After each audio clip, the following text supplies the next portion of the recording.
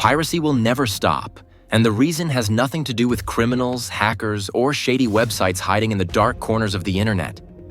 It starts with a single moment you've probably experienced yourself, that instant when you want something right now, a movie, a song, a game, a book, and the system in front of you says no, not in your country, not on your device, not at that price, not with that subscription, not yet. And in that exact moment, piracy is born again. Because piracy isn't really about stealing, it's about friction. And as long as friction exists, piracy survives. Because history has already proven this cycle over and over again. From the days of cassette tapes being copied at home to burned CDs passed between friends, to Napster detonating the music industry, to torrents, streaming sites, cracked software, modded consoles, and endless mirrors that regenerate faster than they can be shut down. And every time companies declare victory, piracy simply changes its clothes, because you can't kill an idea that solves a problem people feel every day. And that problem is access, convenience, and value. Because when content is easy, affordable, and available, piracy drops dramatically. But the moment prices rise, libraries fragment, exclusives lock content behind 10 different paywalls, and regions get blocked. Piracy spikes again like clockwork. And what makes this unstoppable is that technology always runs faster than enforcement. Because laws move slowly, courts move slower, and global coordination moves at a glacial pace, while piracy operates borderless, decentralized, anonymous, and adaptive, taking advantage of encryption, peer-to-peer networks, private trackers, cloud storage loopholes, Telegram channels, Discord servers, decentralized hosting, and now AI-driven automation that can re-upload entire libraries in minutes. And even when a major site gets shut down, it doesn't send a message of fear. It sends a tutorial, showing millions exactly what to copy next time and how to avoid the same mistake.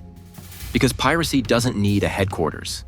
It only needs demand, and demand is infinite, especially in a world where digital goods can be copied perfectly at near zero cost.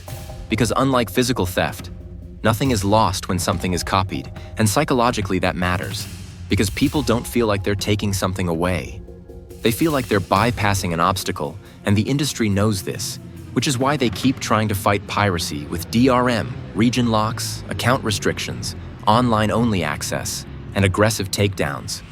But those measures often backfire, punishing paying customers with worse experiences than pirates get, because pirates don't deal with buffering, disappearing licenses, expiring content, or this title is no longer available in your area.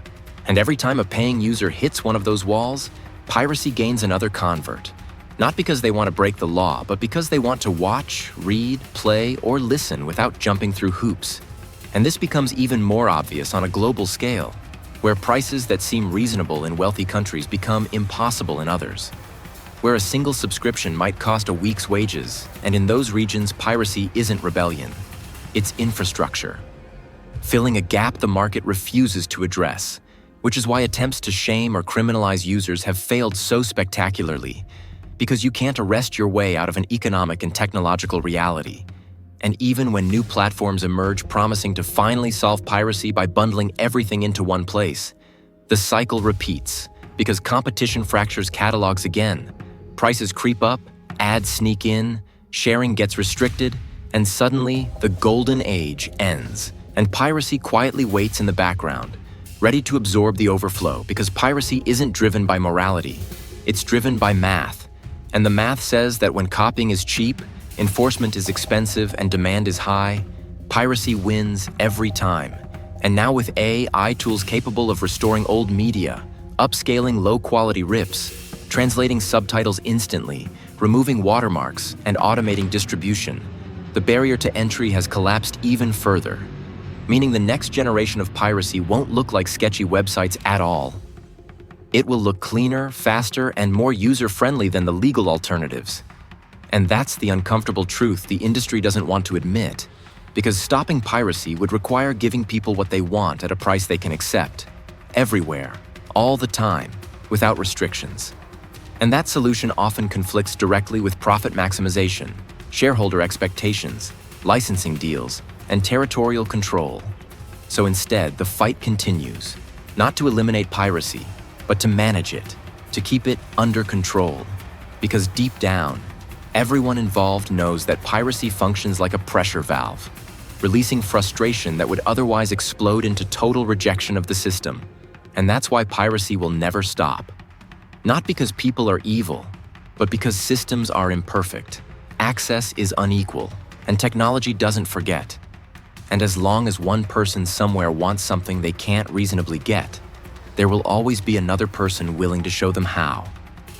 And the moment the internet learned how to copy, it became impossible to unlearn it forever.